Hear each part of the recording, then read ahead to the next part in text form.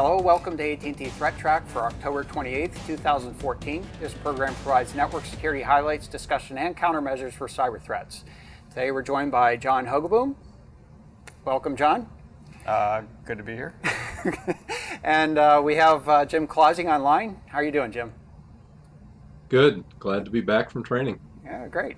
And well, Jim, what kind of training were you taking?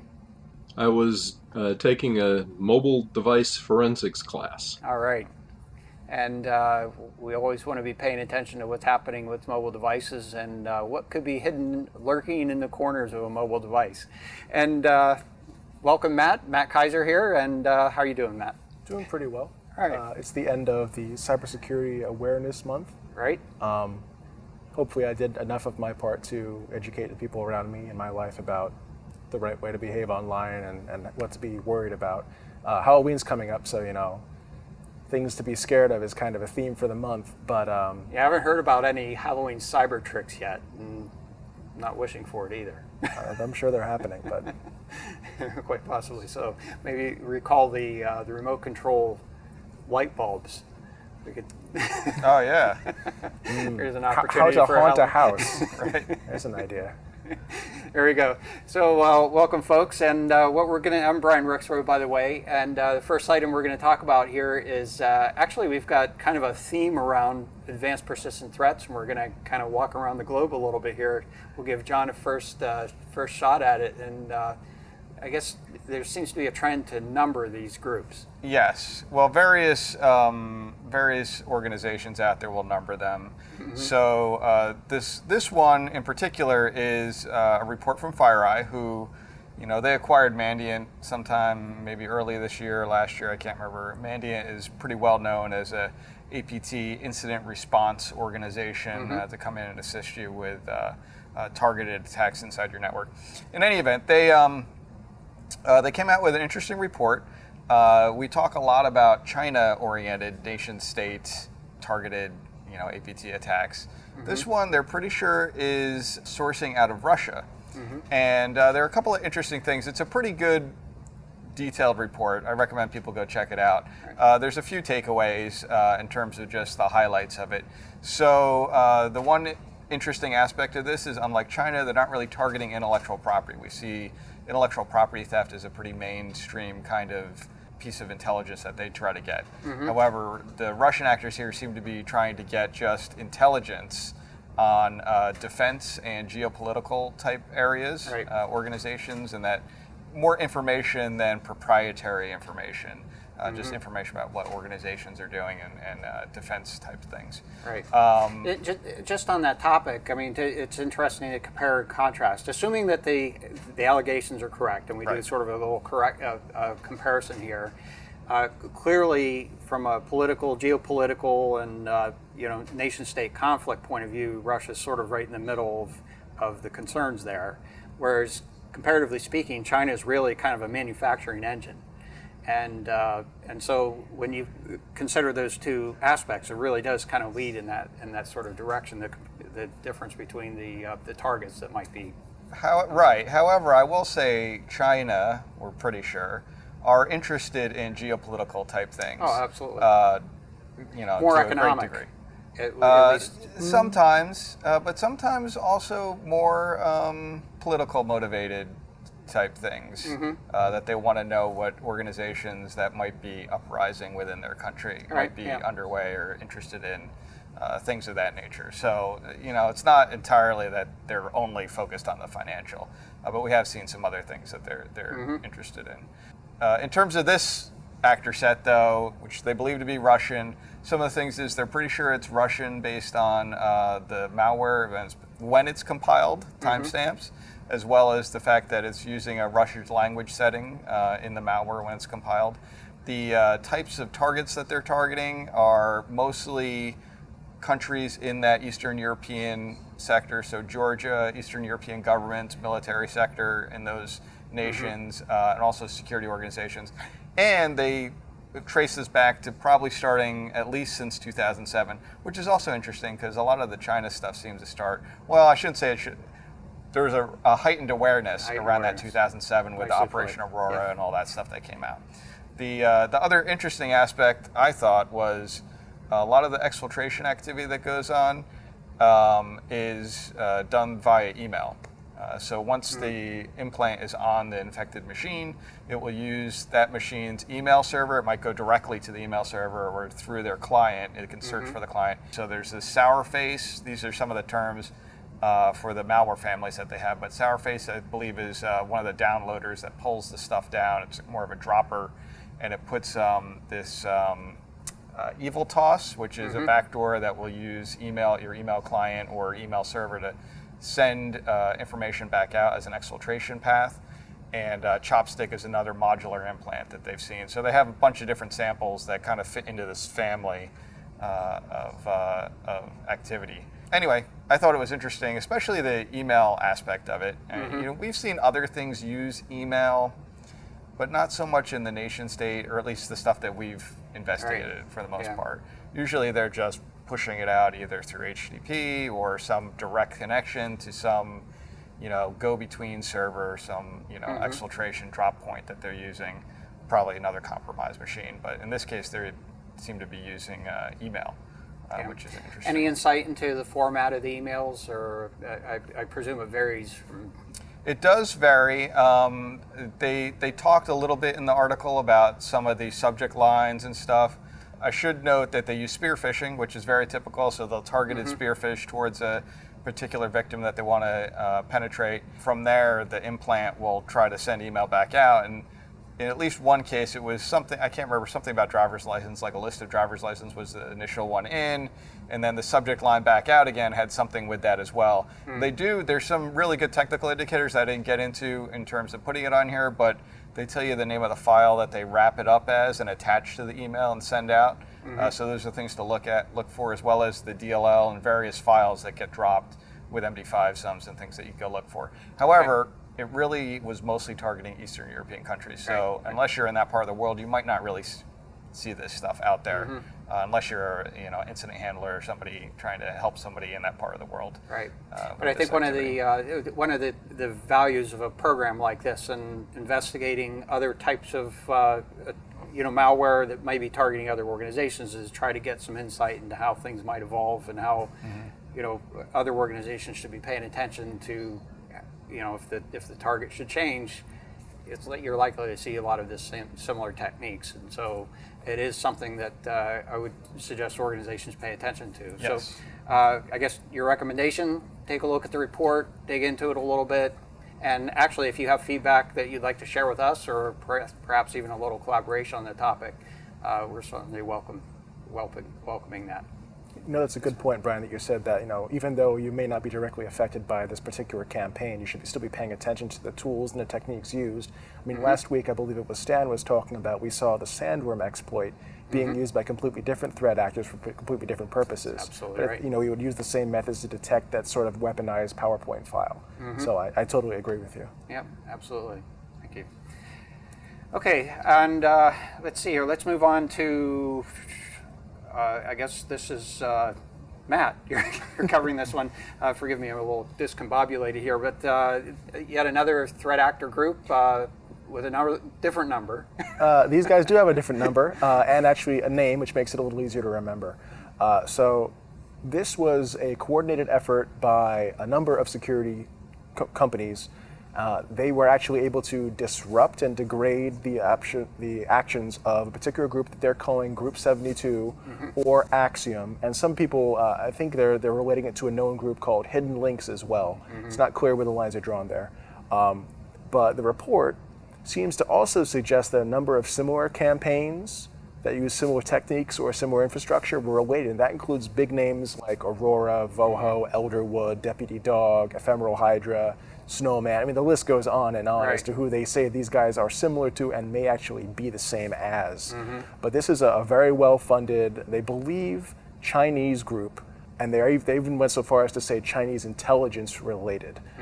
So the group of companies working together actually managed to clean up 43,000, I want to say, individual installations of malware related to this group, including, I'm going to say, 100 to 200 instances of their most advanced malware, which is HiKit, which probably people have heard of already.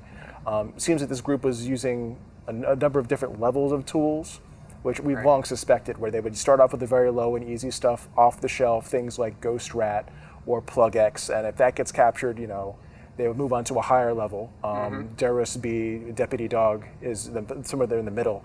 And then at the very top, you have the HiKit and another kit that I'm forgetting the name of right now. Zox, that's probably it. Right. So like you said, each level gets burned and they move on to the higher techniques. So it gets kind of interesting. The number of actual compromised machines that they found suggests that these guys went from the tactic of sort of not mass exploitation, but large group targeted exploitation. Right. And then from there, we're able to determine which machines had value and then do a second level of penetration onto those particular machines to gather intel. Right. So these guys are looking for very specific things. The target industries are listed in the document. And their TTPs are pretty much the best of what you've heard of from APT groups, all the way from using their own custom malware with rootkits to using administrative tools to be hidden, to using proxies within the country of the target. It's the hits list, really. Right. So I think we've seen some similar trends in that where we tended to see in the past very targeted spear phishes.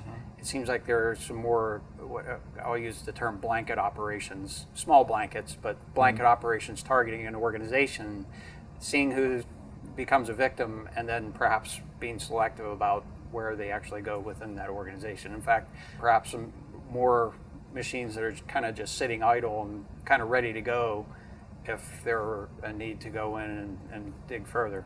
I see you nodding your head, John. Yeah, I mean, there's definitely been some cases where certain actor sets in this nation state type stuff have, instead of being very focused and targeting maybe a very small select number of people in an organization, like less than 5, to doing a kind of like gunshot, just try to hit a whole bunch of people, like regular malware does. Right. Very undirected, somewhat untargeted, and then go look at what you have here and say, oh, I got 3 machines inside, XYZ Aerospace Company. Maybe I'll get into those and laterally move over to whoever's machine I really want to get the information off of, who I would have targeted originally in my past type of approaches. And that's a point that's made in the report, is that they do this, and it seems to be in order to maintain more of a presence and have longer persistence period.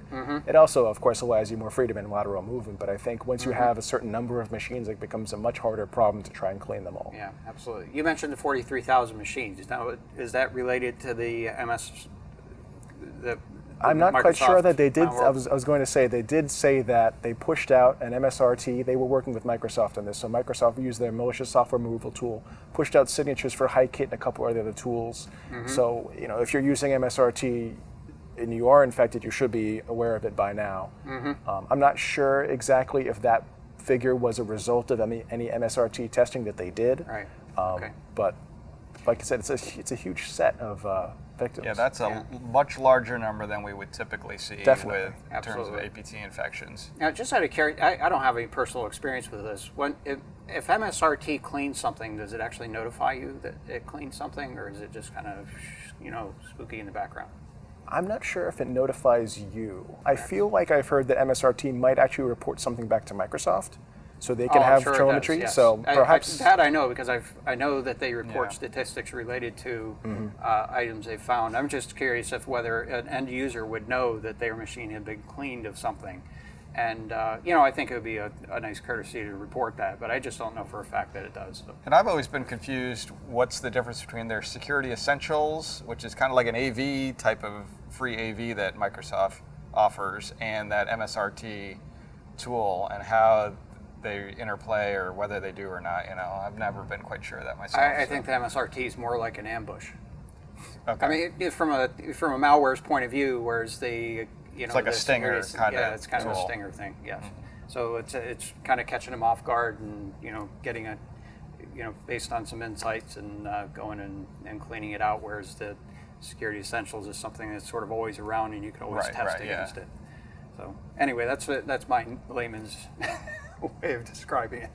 Yeah, and it probably leaves some traces in the event logs. Yeah, I suspect it would at least do that. Yeah, I just don't know if it provides a pop-up or some kind of a notification to the user. because I think, Matt, you kind of suggested that folks would know about it by now, but I'm not sure whether folks would know about it or not. Yeah, that's a good point. The mere observation there. So, we've been talking about Shellshock and Poodle more recently. Shellshock isn't gone yet. Right. We're still kind of paying attention to that. John, maybe you can tell us a little bit about some of the nuances that are creeping up. we've seen, and we kind of expected to see this, right? Shellshock, when it first came out, we're like, oh wow, this is, obviously they're going to start targeting CGI bin type web server activity here, and then we all started to scratch our heads, think about where else do we use CGI bin that's exposed externally and whatnot.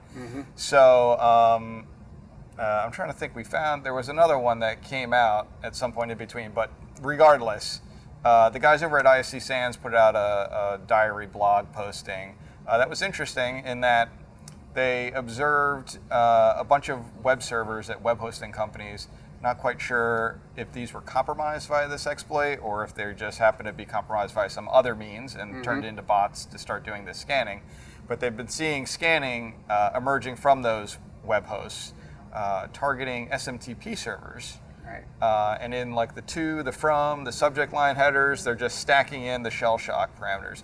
Now, I'm not quite sure if there's any particular type of, sendmail is not a CGI bin as far as I'm aware.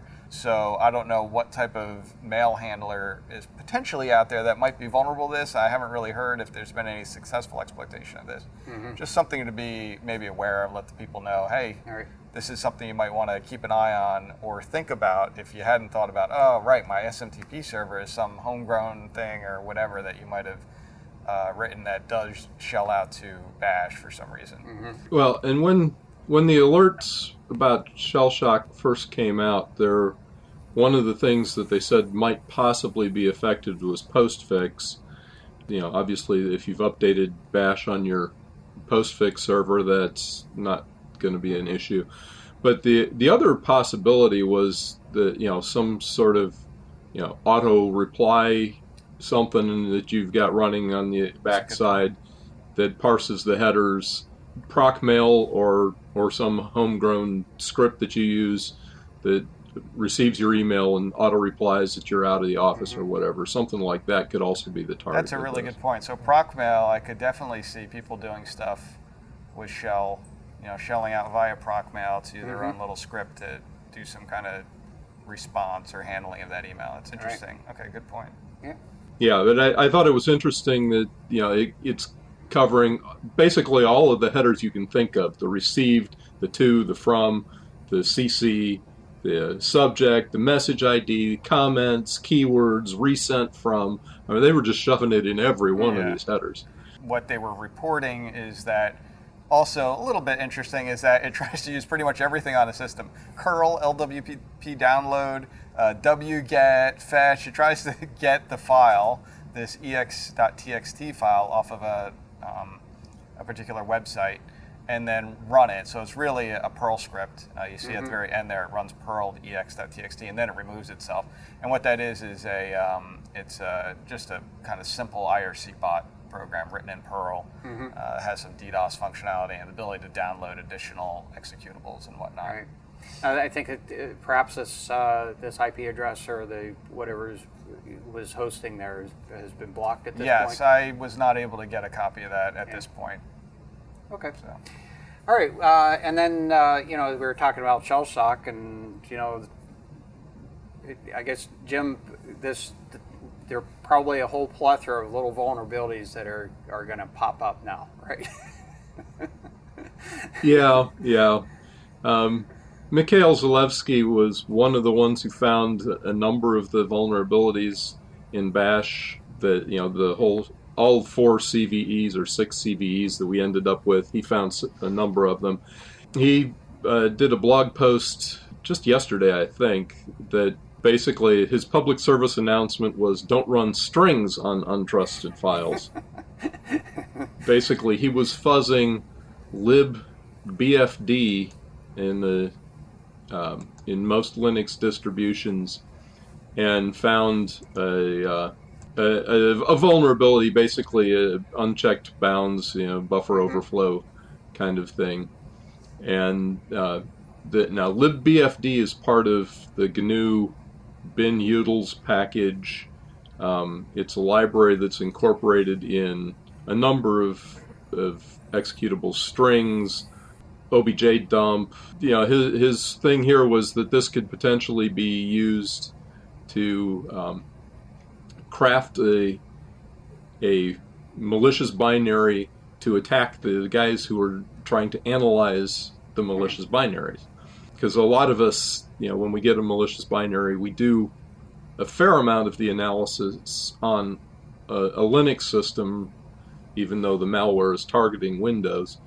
And strings is one of the things that should be, fairly innocuous. You just pull out, the ASCII parts of it or the Unicode parts of it, so you can, see what might not be obfuscated.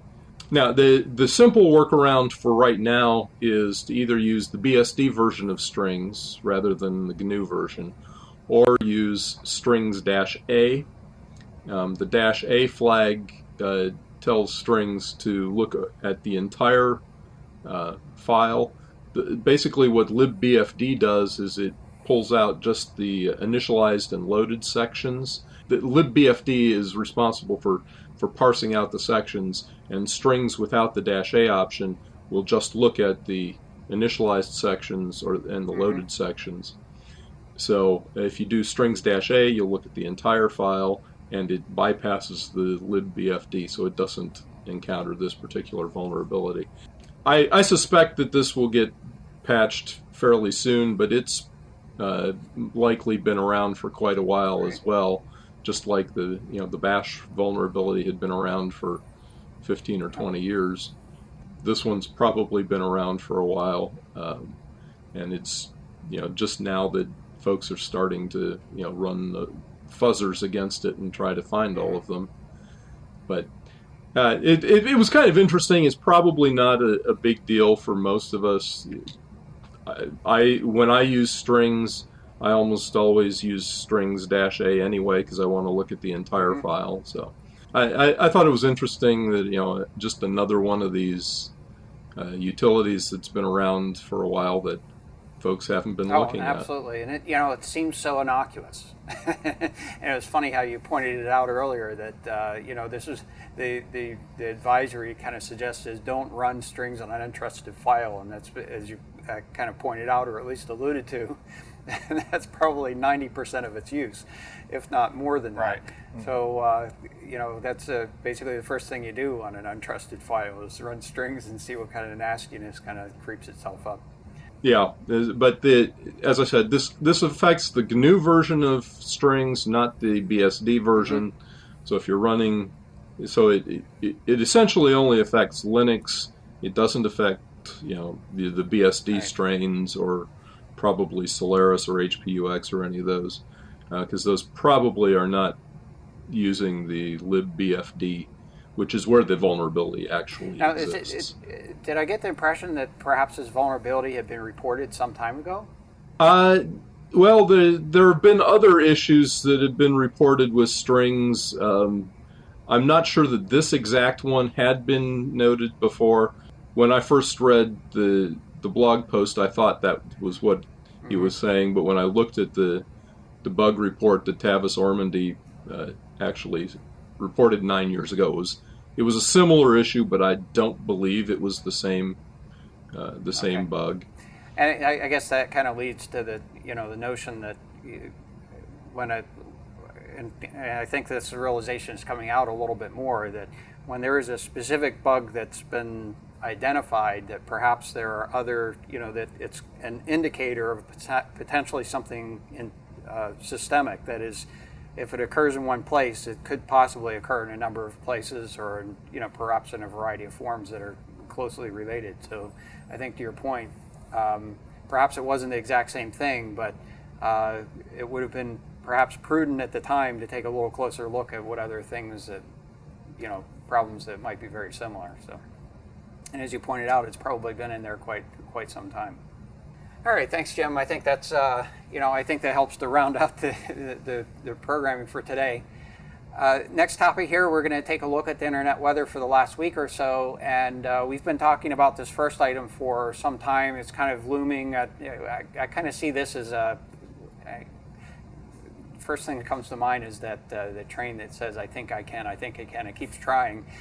This relates to reflection attacks using SMTP, and there continue to be attacks along those lines.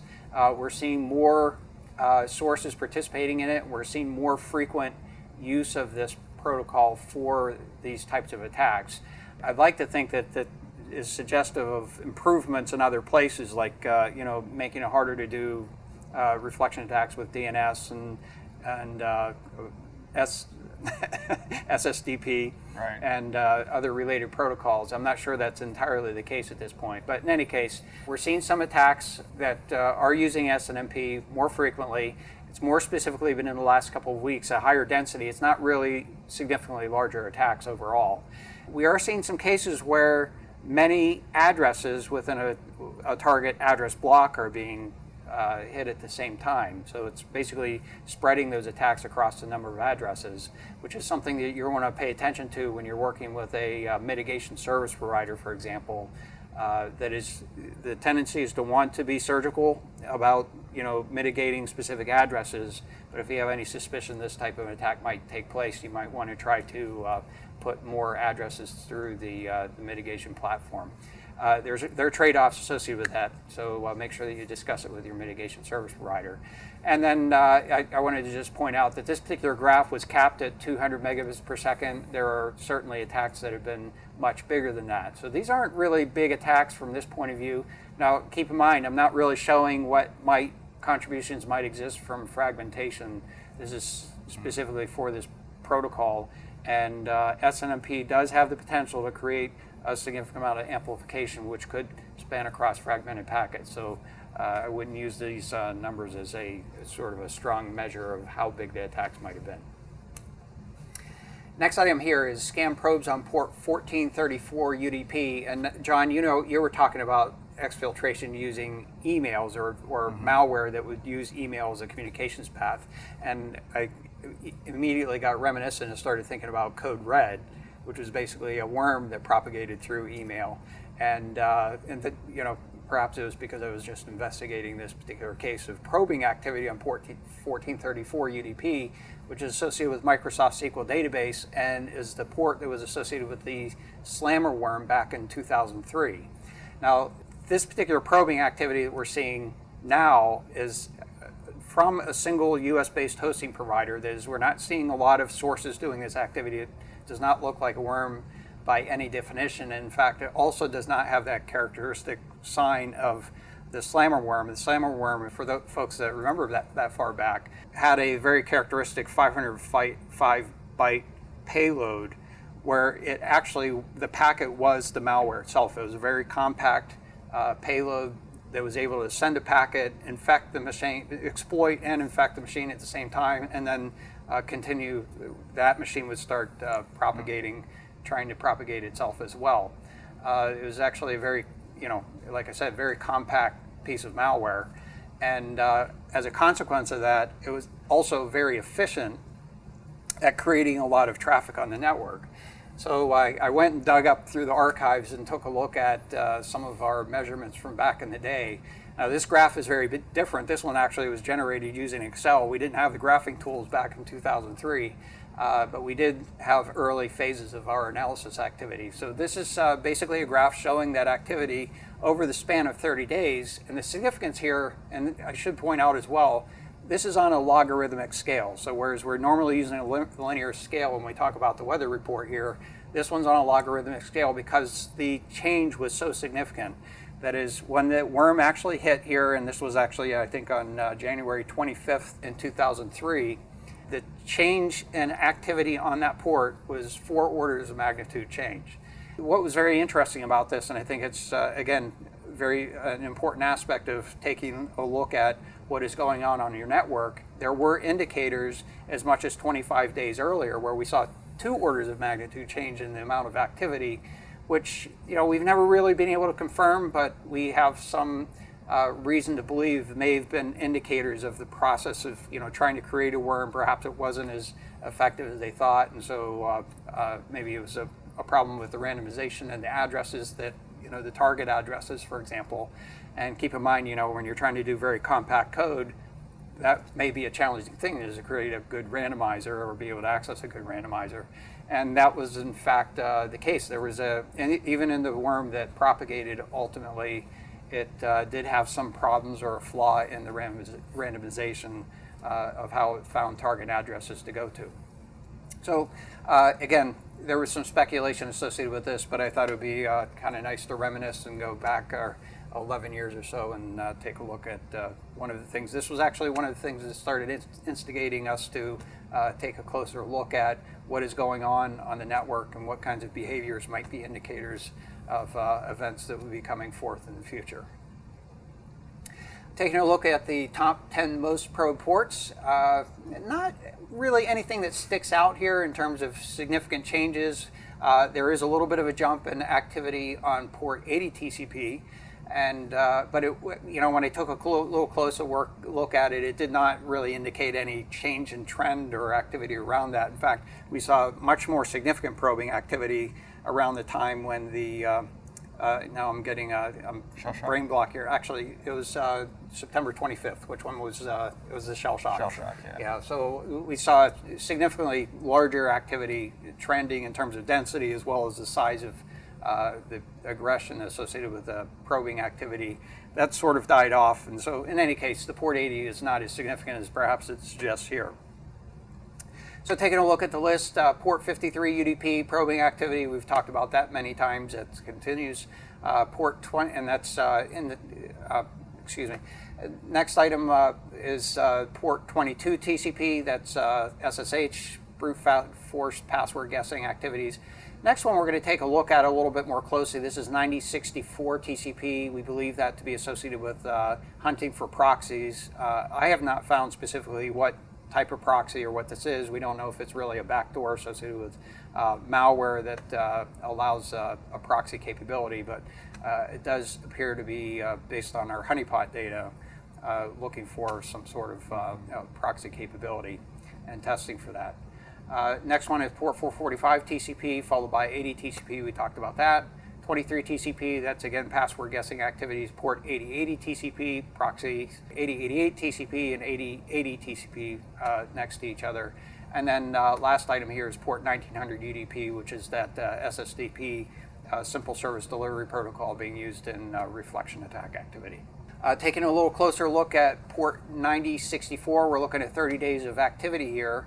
And as you can see, there's clearly an upward trend. So regardless of the motivation behind this, this kind of suggests that they are being relatively successful and continuing to ramp up the activity to look for this application on port 9064. Again, very suggestive of looking for proxies. Now, we should keep in mind, most of the sources here that are doing this appear to be from China.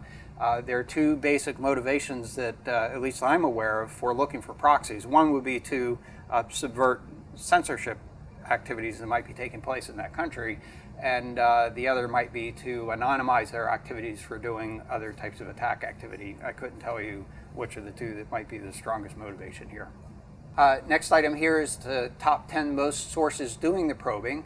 And at the top of the list, as usual, port 445 TCP, followed by 23 TCP, again, compromising many of those security surveillance camera DVRs and other Internet of Insecure Thing items that are not well managed and patched, followed by 80 TCP, and then 27015, which we associated with gaming. Although I should point out, I did see some of the probing activity that we've seen using that as a source port. And so there are some perhaps overlaps. So actually, in fact, I think I saw some reflection attack activity that was using that. So just like any other UDP protocol, right, it can be used for reflection. I don't think it's real big from what I remember looking at the statistics, but it can be used as a reflection vector. Yeah. So I haven't really looked at this in the context of a reflection vector, but perhaps we should take a little closer look at that. Followed by some icmp activity here, 8080 TCP, port 5000 UDP, which we've kind of determined that is an innocuous activity. that's our show for today. I'd like to thank you for joining us. If you'd like to get in touch with us, you can email us at threattrack@list.att.com. And you can find ThreatTraq in a variety of places here on the ATT Tech channel at att.com/ThreatTraq. We're also available on YouTube as well as iTunes. And you can follow us on Twitter. Our handle is @ATT Security. And if you were previously using the handle ThreatTraq, I think we've turned that particular handle off. So make sure you follow ATT Security. I'd like to thank you, Jim, for joining us. Thank you, Matt. Thank you, John. I'm Brian Rexroad. We'll be back next week with a new episode. And until then, keep your network safe.